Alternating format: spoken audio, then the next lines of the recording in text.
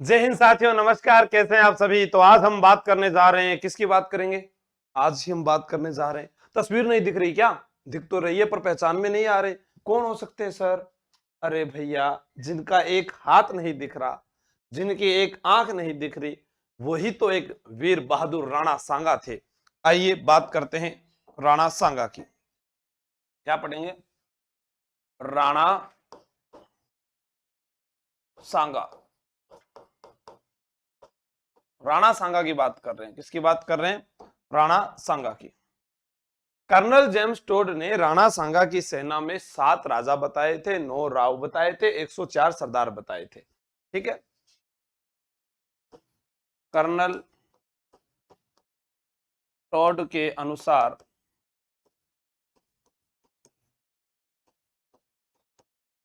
सांगा की सेना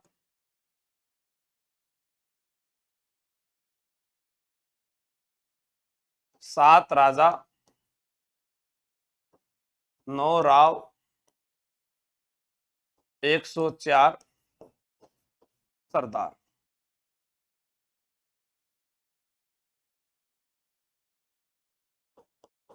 सांगा को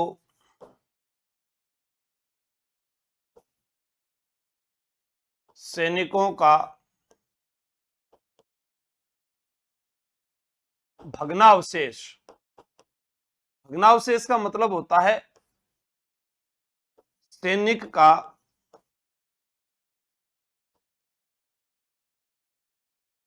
खंडहर शरीर,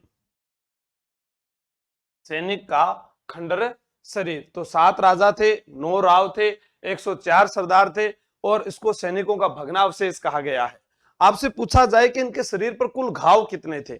इनके शरीर पर कुल 80 घाव थे। कितने घाव थे। सांगा के शरीर पर कुल 80 घाव थे। अब क्या था, इनमें एक हाथ नहीं था। बायां हाथ, बायां हाथ, बायां हाथ, बाईं आंख व एक पैर नहीं था। एक पैर नहीं था। पैर उनका दायां बताया जाता है। ठीक है, हाँ। एक पैर, एक हाथ, ये नहीं थे। अब क्या है, सांगा को एक नाम और दिया गया। क्या नाम दिया गया था।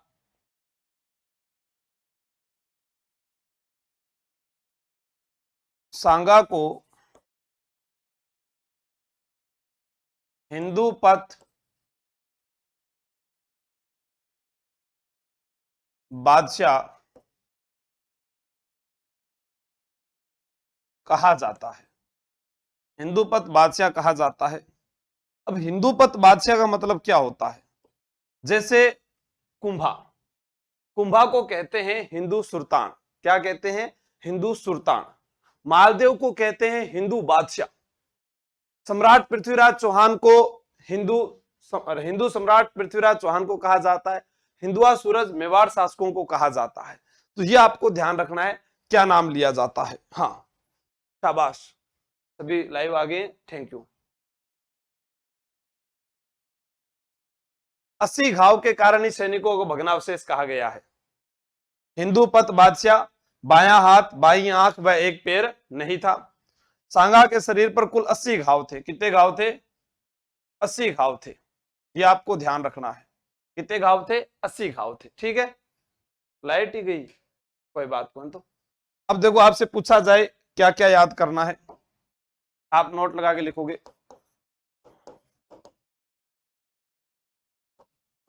हिंदुआ सूरज कभी भी पूछा जा सकता है और पूछा भी गया है।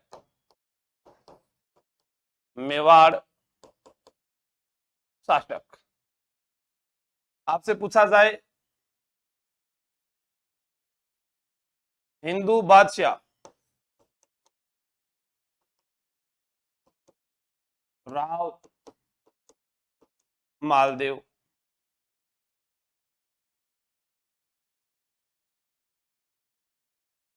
हिंदू सम्राट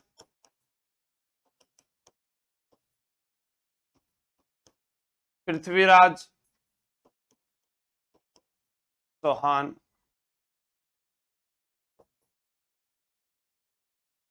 हिंदू सुल्तान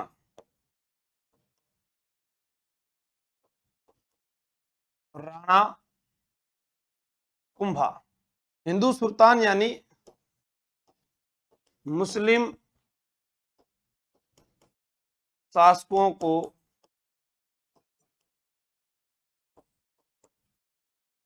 पराजित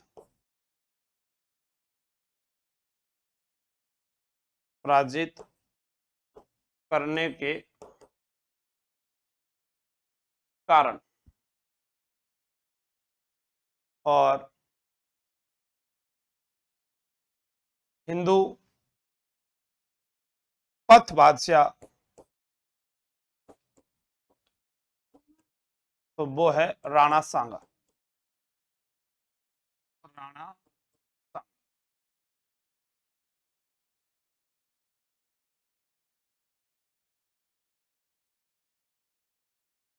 ठीक है, आगे चलो। हाँ, शुरू से ही है तो गौरव, तो जिसका विषय उसके अंदर यही रहेगा ना। नहीं हुई अभी साइकोलॉजी क्लास? ठीक। सर गांव गए में और ज्योग्राफी वाले सर को भी डेंगू हो रखा है, तो जो क्लासें नहीं होती वो बाद में हो जाएगी। ठीक है, बिल्कुल। सही चल रहा है मेरे पास में, टेंशन मत लो आप, एकदम सही। हाँ, लाइव सही है। कौन कह रहा है लाइव ओपन नहीं हो रहा? मेरे पास आ रहा है ना। ठीक, अभी अपने को क्या याद करने हैं?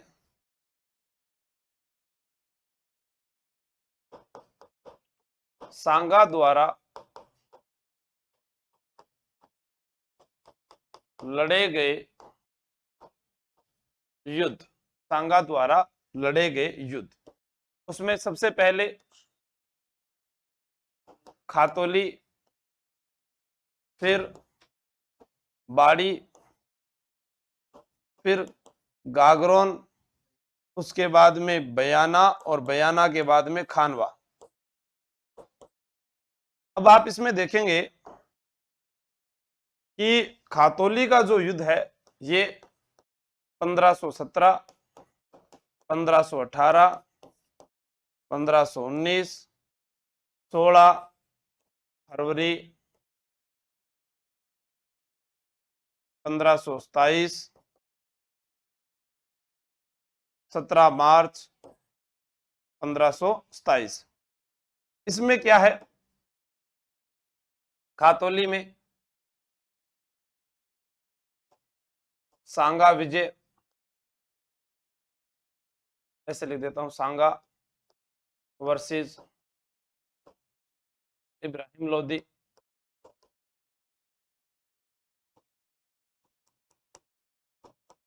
सांगा वर्सेस इब्राहिम लोदी।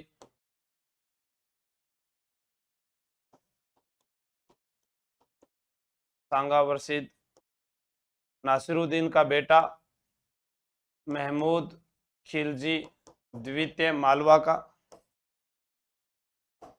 सांगा वर्सेस बाबर।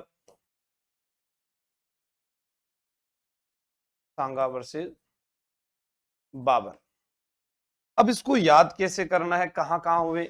खातोली वर्तमान में कोटा में है, जब युद्ध हुआ तब बूंदी में था। बाड़ी धौलपुर, बाड़ी धौलपुर, गागरोन झालावाड़, झालावाड़, बयाना और खानवा दोनों ही भरतपुर। आपको याद क्या करना है? जो मैं आपको चीज बता रहा हूं वो आप ही बताना, ठीक है? आप क्या याद करोगे? आप ऐसे याद करना कि दो युद्ध ऊपर वाले के साथ, दो युद्ध नीचे वाले के साथ। अब नीचे वाला व्यक्ति हो, दो युद्ध ऊपर वाला। इब्राहिम लोदी कहां से आया था? दिल्ली से। कहां से आया था? दिल्ली से। तो ये युद्ध हार गया, ये भी हार गया, ये भी हार गया, बाबर ये भी हार गया, बस ये वाला बाबर जीता था। ठीक है, यहां पर इस युद्ध में सांगा हारा है, बाकी सांगा सभी में जीता था। 5 युद्ध किए थे, 4 युद्ध जीता था। बोलिए आप, 5 युद्ध किए थे, 4 युद्ध जीता था। जोर से बोलिएगा। 5 युद्ध किए थे, 4 युद्ध जीता था। खातोली बूंदी, खातोली का जब युद्ध हुआ तब उस समय ये कहां आता था? बूंदी में। लेकिन वर्तमान में कहां आता है? कोटा में। वर्तमान में कहां आता है? कोटा में। तो खातोली बूंदी। बाड़ी, बाड़ी छोटी होती है तो छोटा ही धौलपुर था पहले, अब नहीं, छोटा जिला पहले धौलपुर था। तो धौलपुर में बाड़ी, छोटी बाड़ी होती है ना, जहाँ खेती बाड़ी करते हैं, तो वो बाड़ी धौलपुर में। गागरोन तो झालावाड़ है ही, बयाना और खानवा दोनों भरतपुर है, आपको ध्यान रखना है। कोटा की स्थापना माधो सिंह ने की थी 1631 ईस्वी में, ये भी बात याद रखनी है। फिर इनके सन को याद करो, 17, 18, 19, 27, 27। 4 युद्ध सांगा जीत गया, 1 बाबर जीत गया। खातोली, बाड़ी, गागरोन, बयाना, खानवा। ठीक है, सबसे पहले बूंदी खाएंगे, फिर बाड़ी की ओर जाएंगे, फिर गागरोन में युद्ध करेंगे, बयाना में आकर खाना खाएंगे। याद हो गया है ना? सबसे पहले बूंदी खाएंगे, फिर बाड़ी की ओर जाएंगे, फिर गागरोन पर युद्ध करेंगे, फिर बयाना आकर खाना खाएंगे। ऐसे याद कर लेना। ठीक है, अब यहां से इनको डिटेल के अंदर पढ़ते हैं, आगे चलते हैं। हमारे पास युद्ध आता है पहला, खातोली का युद्ध।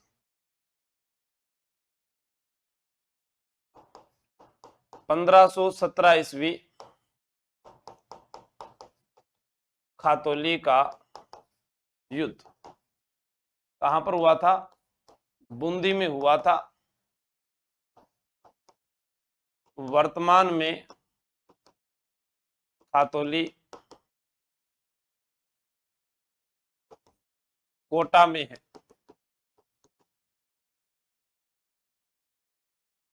एक तरफ राणा सांगा था, ये जीत गया, और एक तरफ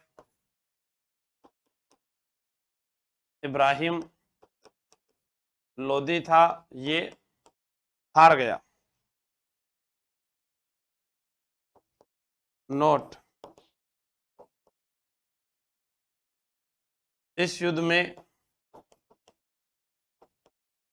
सांगा ने अपना बायां हाथ व पैर खो दिया था, खो दिया था।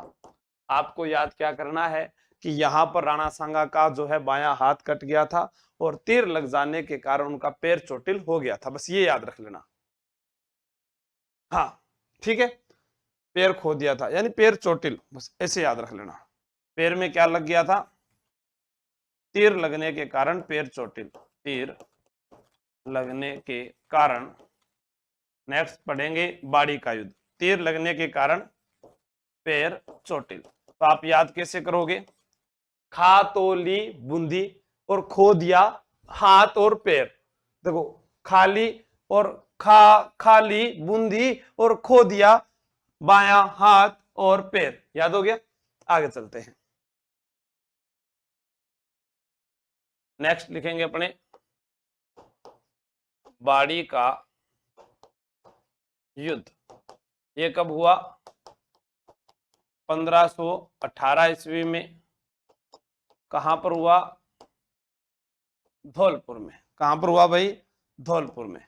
अब इस बाड़ी के युद्ध में आपको याद रखना है, एक तरफ सांगा है और एक तरफ इब्राहिम लोदी है। कौन है एक तरफ? एक तरफ तो सांगा है, एक तरफ कौन है?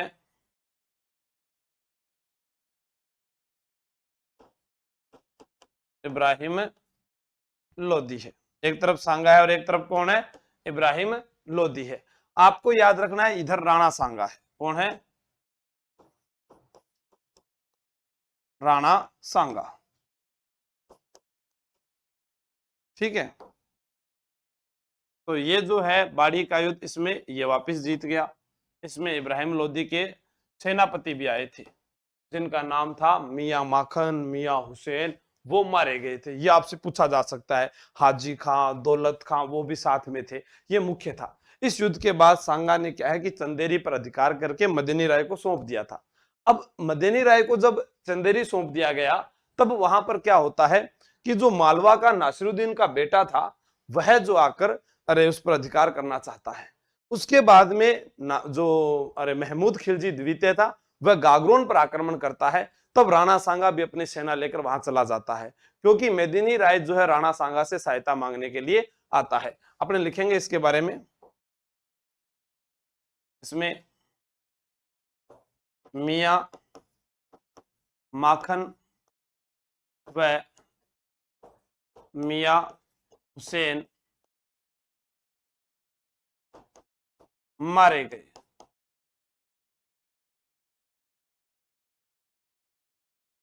हाजी खां, दौलत खां ये भी सेना में थे, ये सब हार गए और ये मारे गए। ये इंपॉर्टेंट है, इसके नोट लगाकर इसके आगे ये लिखाया है मैंने। ठीक है।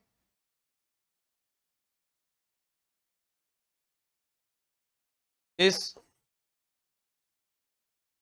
युद्ध को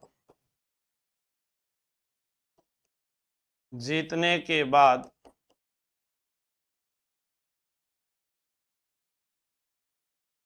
सांगा ने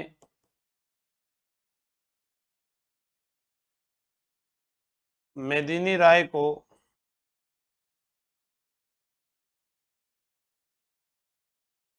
चंदेरी सौंप दिया। अब क्या है कि इब्राहिम लोदी जो है, यहां पर आपको याद करना है। हाँ, इस युद्ध के बाद जीतने के बाद में सांगा जो है उस पर अधिकार कर लेता है। अब क्या है कि इब्राहिम लोदी जो थे ना, वहां एक चाचा हो, चाचा का नाम था आलम खां लोदी, और पंजाब के गवर्नर थे दौलत खां। उन्होंने क्या कि फरगना के शासक बाबर को भारत आमंत्रित किया। बाबर अपनी आत्मकथा तुझु के बाबरी में कहता है कि मुझे तो राणा सांगा ने आमंत्रित किया था। अब राणा सांगा क्यों बुलाएगा भाई बाबर, तेरे को बता। बाबर का जन्म वैलेंटाइन डे के दिन हुआ है। हाँ, वैलेंटाइन डे 14 फरवरी को आता है। 14 फरवरी 1483 को बाबर का जन्म हुआ था। बाबर का जन्म वैलेंटाइन डे के दिन हुआ था। अब याद हो गया ना, तो याद ही रखना ये बात, है ना। क्या याद करना है, देखो ये है दिल्ली। दिल्ली में कौन बैठा है? इब्राहिम लोदी। इब्राहिम लोदी के चाचा कौन है? आलम खां लोदी।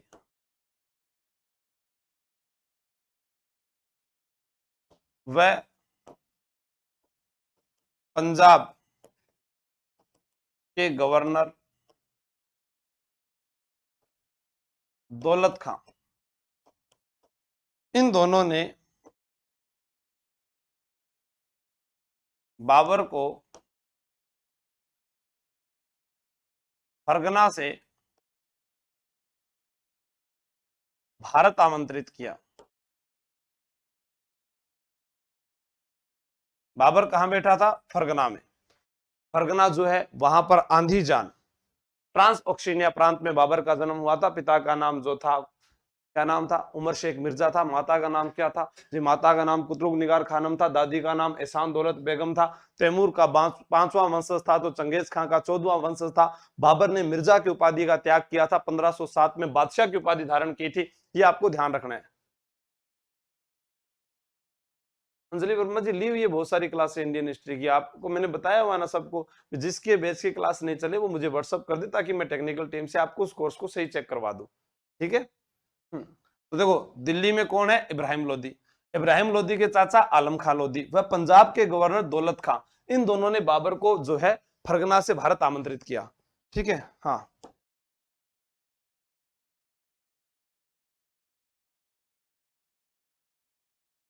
हम्म।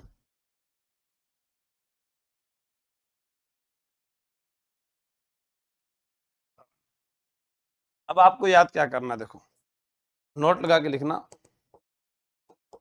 बाबर ने अपनी आत्मकथा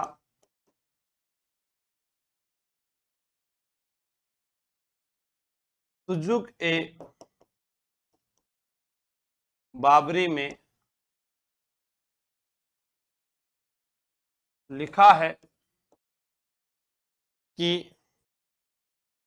मुझे राणा सांगा ने भारत आमंत्रित किया था।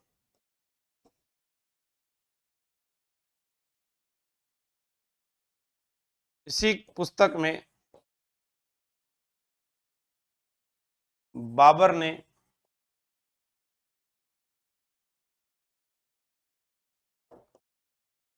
धौलपुर में स्थित कमल के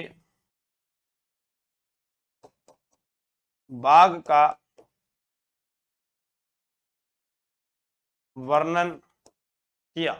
धौलपुर के अंदर एक कमल के बाग का वर्णन भी किया था। ठीक है,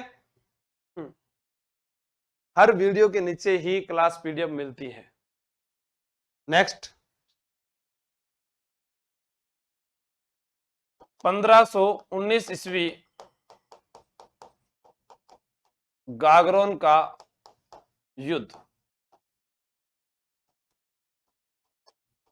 झालावाड़।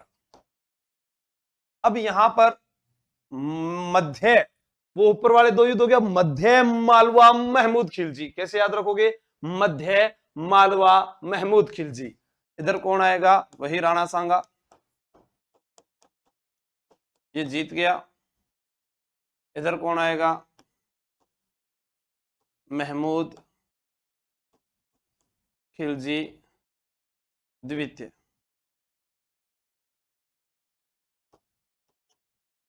मालवा के नासिरुद्दीन का पुत्र था।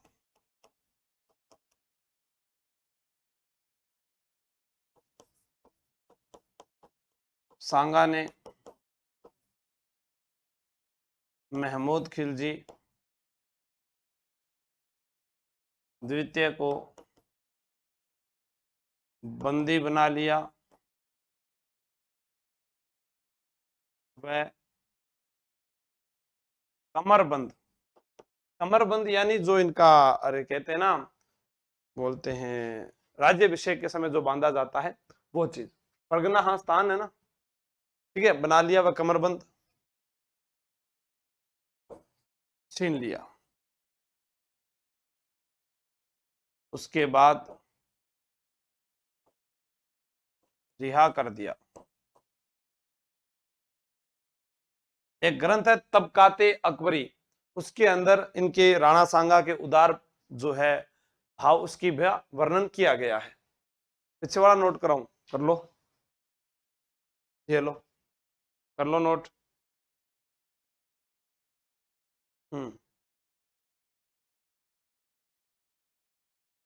कर लिया? तो कौन सा ग्रंथ बताया मैंने? तबकाते अकबरी। तो तबकाते अकबरी जो है उसके अंदर राणा सांगा के उदार भाव की प्रशंसा भी की गई है, तो वो भी नोट करके लिखना।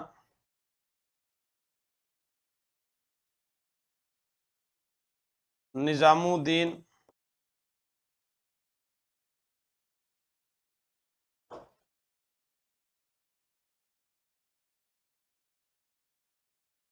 निजामुद्दीन अहमद का ग्रंथ तबकाते अकबरी में, तबकाते अकबरी में निजामुद्दीन अहमद का ग्रंथ तबकाते अकबरी में सांगा के उदार व्यवहार की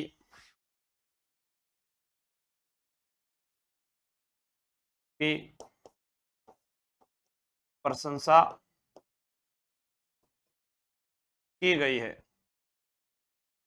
क्योंकि गागरोन जो था वो चंदेरी के जो शासक थे, महमूद, सॉरी मेदिनी राय, चंदेरी के जो थे मेदिनी राय, उनको भी सौंप दिया जाता है। आगे चले।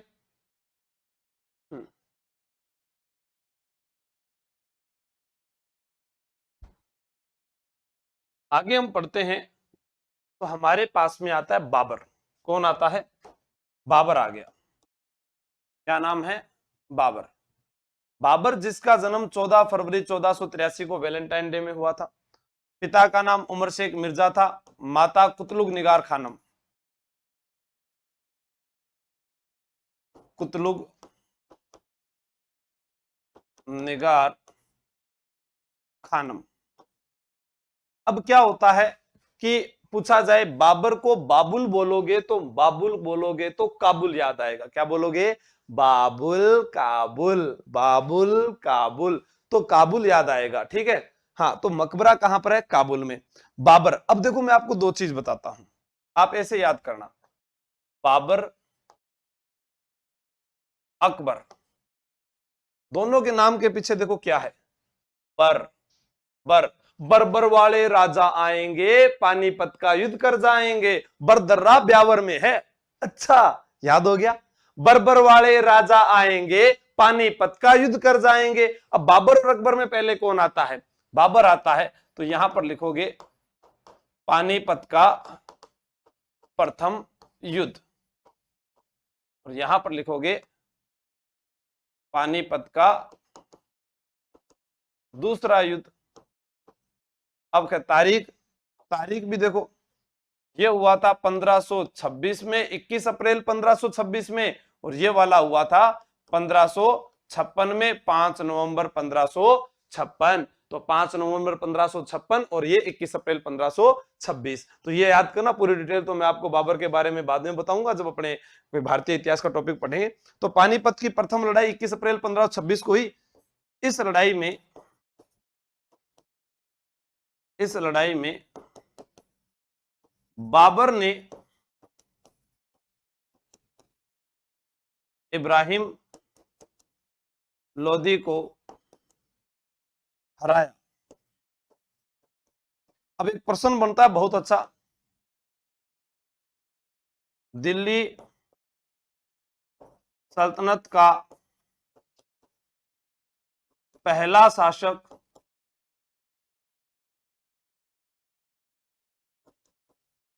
इब्राहिम लोदी था, जो युद्ध के मैदान में मारा गया। युद्ध के मैदान में मारा गया।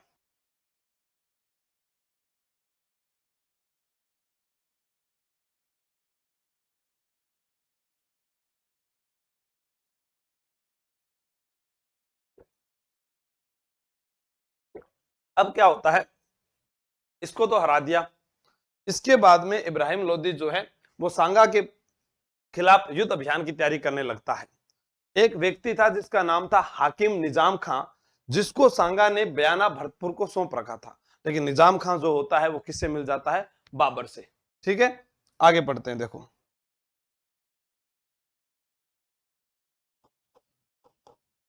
पानीपत के प्रथम युद्ध में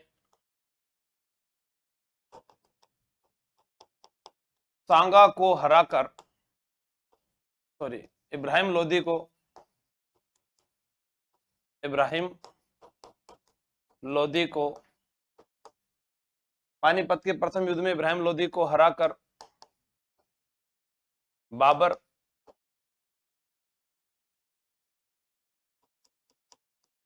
सांगा के खिलाफ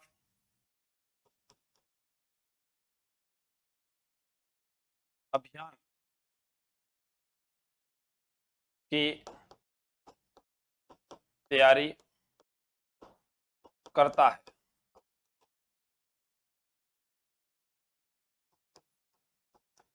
सांगा ने हाकिम निजाम खां को बयाना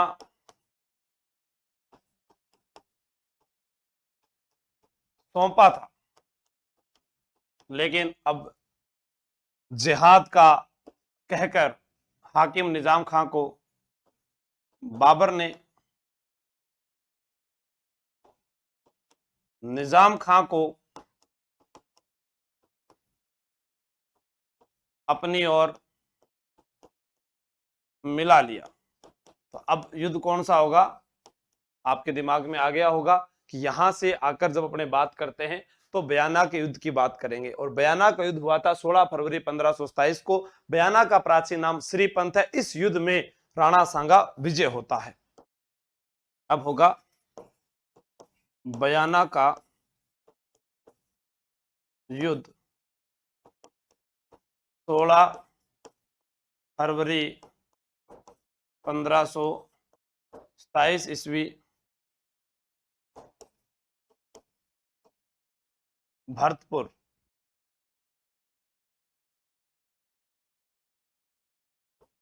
राणा सांगा इसमें जीत गया और कौन हार गया, बाबर हार गया। यहां पर बाबर का बहनोई था, बहनोई मेहंदी ख्वाजा हसन, एक काबुल के ज्योतिषी थे जिन्होंने ये कहा था कि बाबर जो है ये युद्ध हारेगा। मोहम्मद शरीफ, क्या नाम था, मोहम्मद शरीफ। ठीक है, इस युद्ध के अंदर बयाना वाले में बाबर का सेनापति सगर खां भी मारा गया। बाबर का सेनापति सगर खां मारा गया। अब यहां पर क्या है कि बहनोई जो था ना, इसी ने नेतृत्व किया था, ये ध्यान रखना, नेतृत्व। क्योंकि बाबर जो है वो दारू पीकर गिर गया था, उसने कहा भाई दारू फुल पी लिया, आज अब कौन करा युद्ध। बयाना का प्राचीन नाम पूछा जाए, प्राचीन नाम श्रीपंथ। नोट लगा के लिखना, ये बाबर के युद्ध हारने की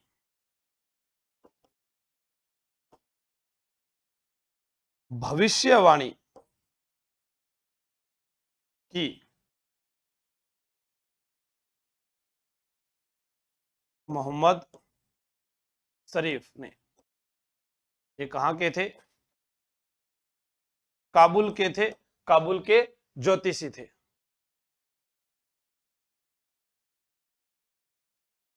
अब्दुल वाहिद करवा देंगे बिल्कुल। अब सिर्फ खानवा युद्ध की ओर चलेंगे, पहले ही आगे बढ़ के चल रही है, मैं तो लगातार पढ़ा रहा हूं, आप पता नहीं कहां पर कौन सी क्लास में, मुझे पता ही नहीं आपका। ठीक है, अब आपको याद क्या करना है, मैं वापस बताता हूं। पानीपत कैसे याद करोगे, देखो बाबर का जन्म कब हुआ, वैलेंटाइन डे के दिन 14 फरवरी 1483 को। बर्बर वाले राजा आएंगे, पानीपत का युद्ध कर जाएंगे, ये भी बात कर दी।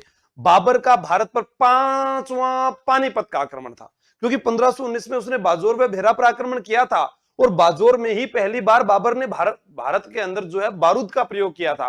तो पानीपत 5वां आक्रमण था, इब्राहिम लोदी को हराया। अब उसने देखा कि जब भारत पर उसने आक्रमण किया तो उसने कहा कि यहां पर गर्मी, आंधी और लू 3 अभिशाप है, और भारत में 5 मुस्लिम राज्य और 2 हिंदू राज्य हैं, जिनके अंदर हिंदू राज्य में मेवाड़ और सबसे आगे आता था विजयनगर। मेवाड़ के राणा सांगा का नाम इतना बड़ा था कि वह उत्तर भारत का सबसे शक्तिशाली राजा माना जाता था। तब बाबर ने उसके साथ युद्ध करने का प्लान बनाया और वह बयाना का युद्ध करता है। तो बयाना जो है वो सौंप रखा था निजाम खां को राणा सांगा ने, लेकिन निजाम खां उधर मिल जाता है, और मिलने के बाद में फिर बाबर जो है यहाँ दारू पीकर आराम से सो जाता है। तो मेहंदी ख्वाजा हसन युद्ध का नेतृत्व करते हैं, राणा सांगा उसको बुरी तरह से हरा देता है। ठीक है, आगे चलते हैं।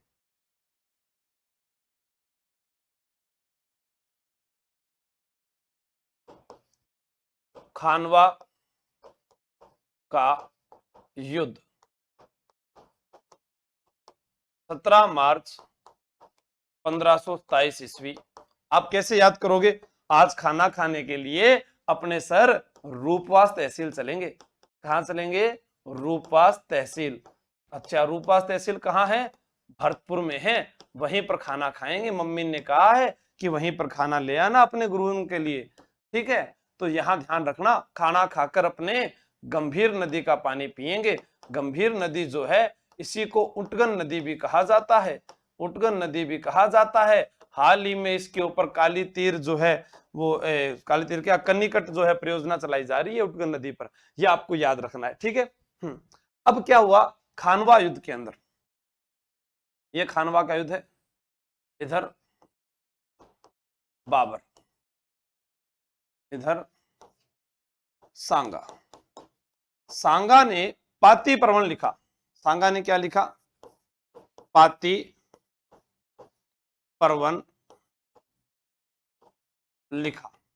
पाती पर्वन का मतलब क्या होता है? सभी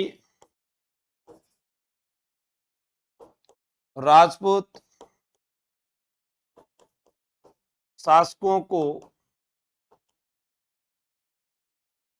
युद्ध के लिए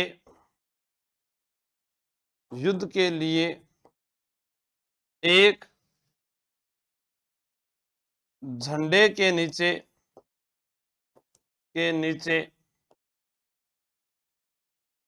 एकत्रित करना।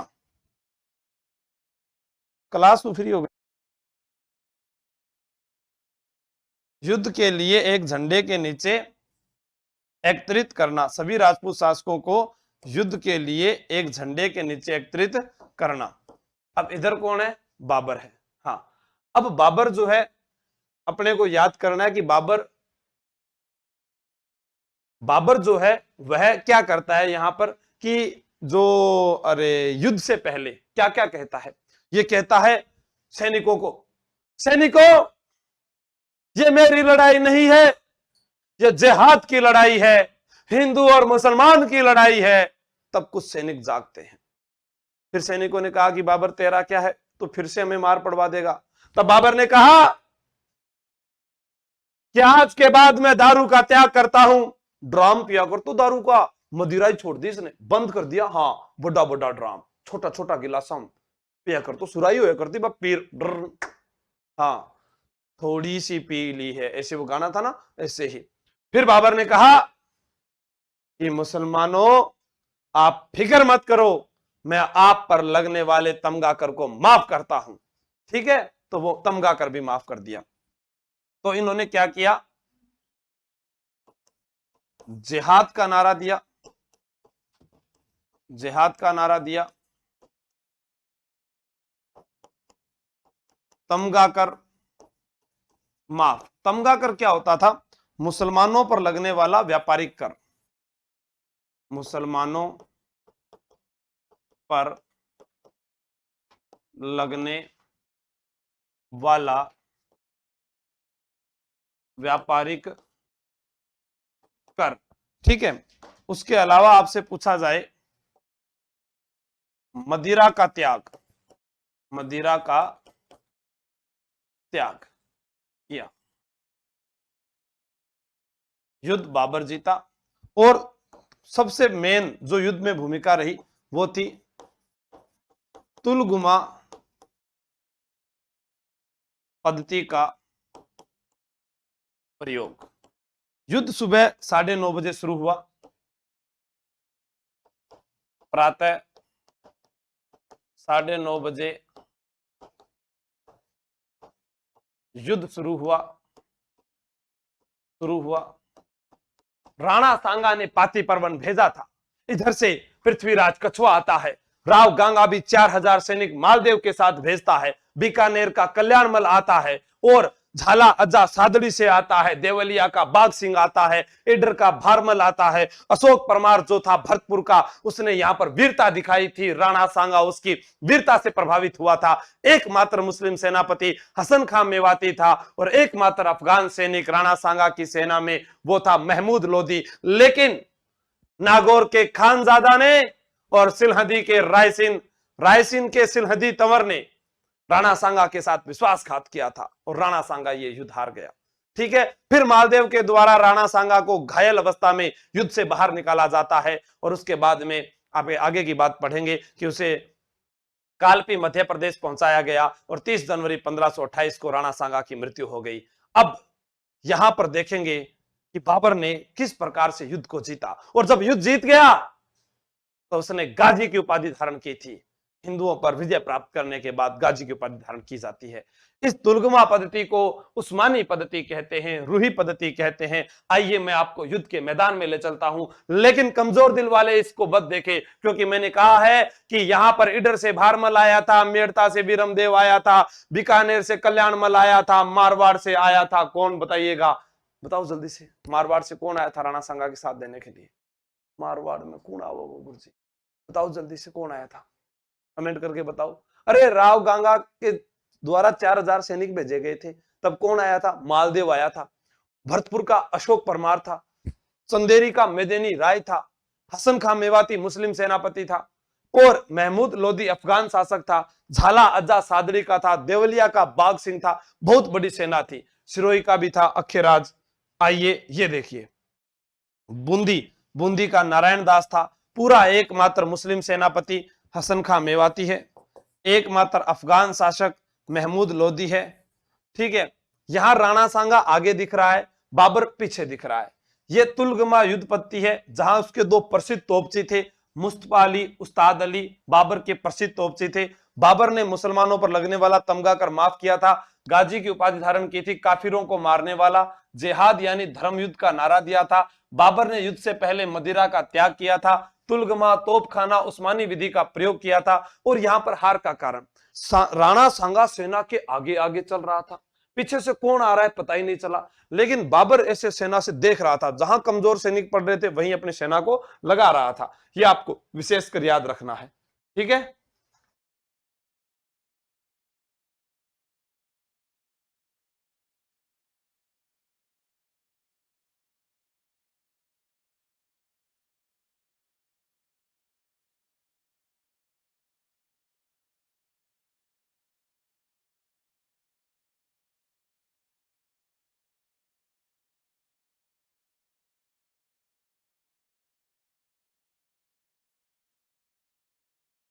तो ये पूरा डायग्राम है, ये आपको याद ही करना पड़ेगा। ठीक, मालदेव, मालदेव, लक्ष्मी, इंदौरिया, बहुत बढ़िया, शाबाश।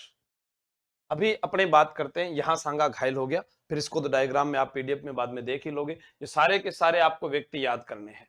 सलूम्बर से रतन सिंह, बिल्कुल आगे मैं पूरा बताऊंगा ना। ये देखो, चंदेरी का मेदिनी राय, बीकानेर का कल्याणमल, सलूम्बर का रतन सिंह, ये देखो ये लिखा हुआ। ठीक है, वीरमदेव मेड़तिया का, रायसेन का सिलहंदी तंवर, नागौर का खानजादा, मेड़ता से रतन सिंह राठौड़, मीरा के पिता, रायमल राव दूधा के पुत्र, सांगा का साथ देने खानवा युद्ध में आए थे। लेकिन रायसेन के सिलहंदी तंवर में नागौर के खानजादा ने विश्वासघात किया था। जो मैंने बातें बोली है वही चीज यहाँ पर सारी लिखी हुई है। ठीक है।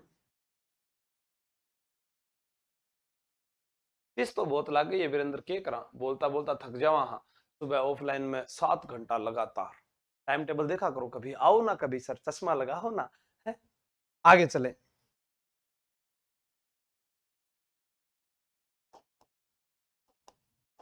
खानवा युद्ध में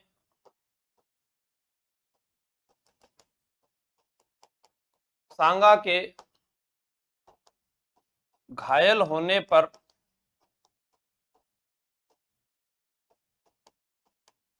झाला सज्जा ने, झाला सज्जा ने राज चिन्ह व मुकुट लेकर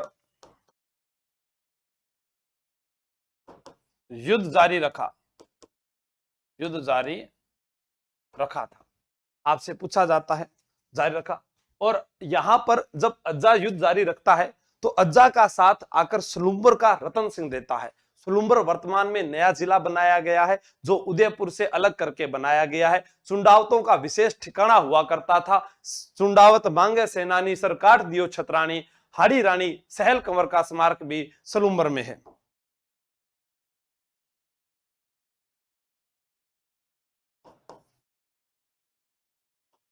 अज्जा का साथ सलूम्बर के रतन सिंह ने दिया था। अब आपसे प्रश्न पूछे, क्या प्रश्न पूछेंगे? घायल राणा सांगा को, घायल राणा सांगा को युद्ध के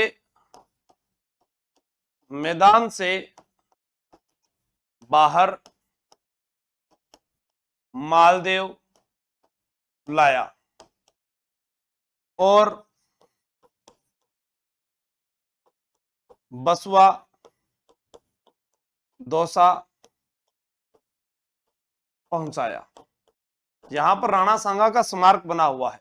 आपसे पूछा जाए कभी भी राणा सांगा का स्मारक कहां पर है? बसवा में। और बसवा किस जिले में आता है? दौसा, धनुष की आकृति का जिला।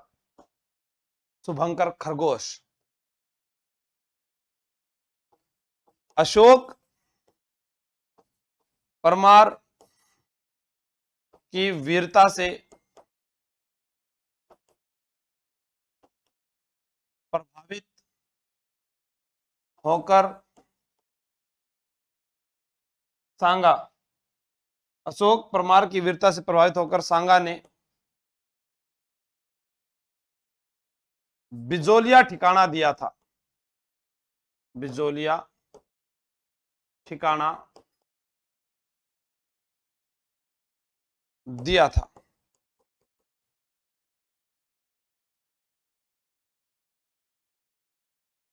पृथ्वीराज कछवा ने, पृथ्वीराज कछवा ने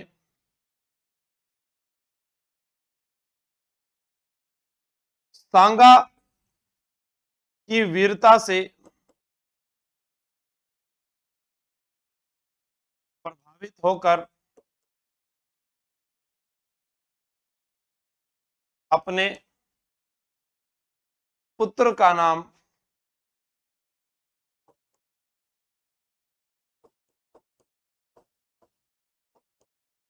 सांगा रखा था। क्योंकि अशोक परमार जो है वो जगनेर का निवासी था और वह राणा सांगा के साथ में बहुत ज्यादा वीरता दिखाता है। ठीक है, तब वह उससे प्रभावित होता है और उसे बिजोलिया का ठिकाना देता है। बिजोलिया किसान आंदोलन जब होगा तब इस बात का जिक्र किया जाएगा। पृथ्वीराज आमेर का राजा है, वह राणा सांगा से प्रभावित हुआ और अपने बेटे का नाम उसने सांगा रखा था। इसी सांगा के नाम पर जयपुर में सांगानेर बसा हुआ है, जो अंतरराष्ट्रीय स्टेडियम है। नोट कीजिएगा इसको।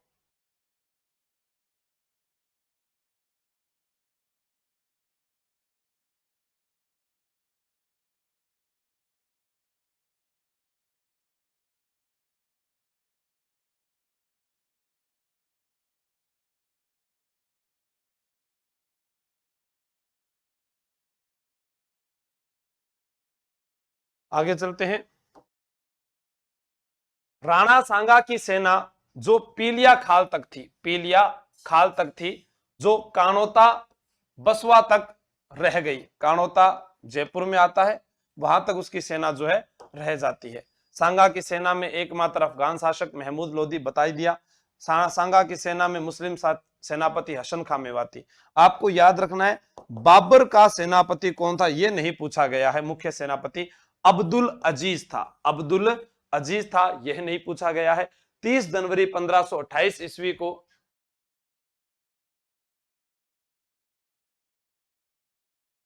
हाँ तो सही है। तो अशोक परमार को जो है सांगा ने बिजोलिया दिया, यहां भी यही लिखाया है।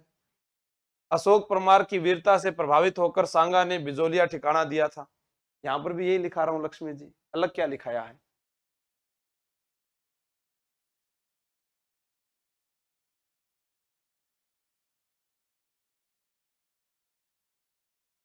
फिर आपसे पूछा जाए फैक्ट है, ये मैंने बता ही दिया। राणा सांगा का स्मारक बसवा दौसा में है। सांगा की छतरी मांडलगढ़ भीलवाड़ा में है, अशोक परमार ने ही बनवाई थी। बाबर लिखता है कि महाराणा सांगा अपनी वीरता और तलवार के बल पर बहुत शक्तिशाली हो गया था।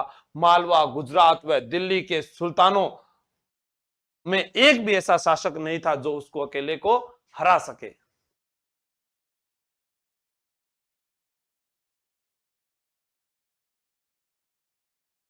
तो ये आपको याद रखना है। राणा सांगा से जुड़ी हुई तमाम बातें जो है वो मैंने बताने की आपको कोशिश की है, और आज हम इतना ही पढ़ेंगे। ठीक है, बाकी अपने कल पढ़ेंगे। ध्यान रखना। जय हिंद, जय भारत।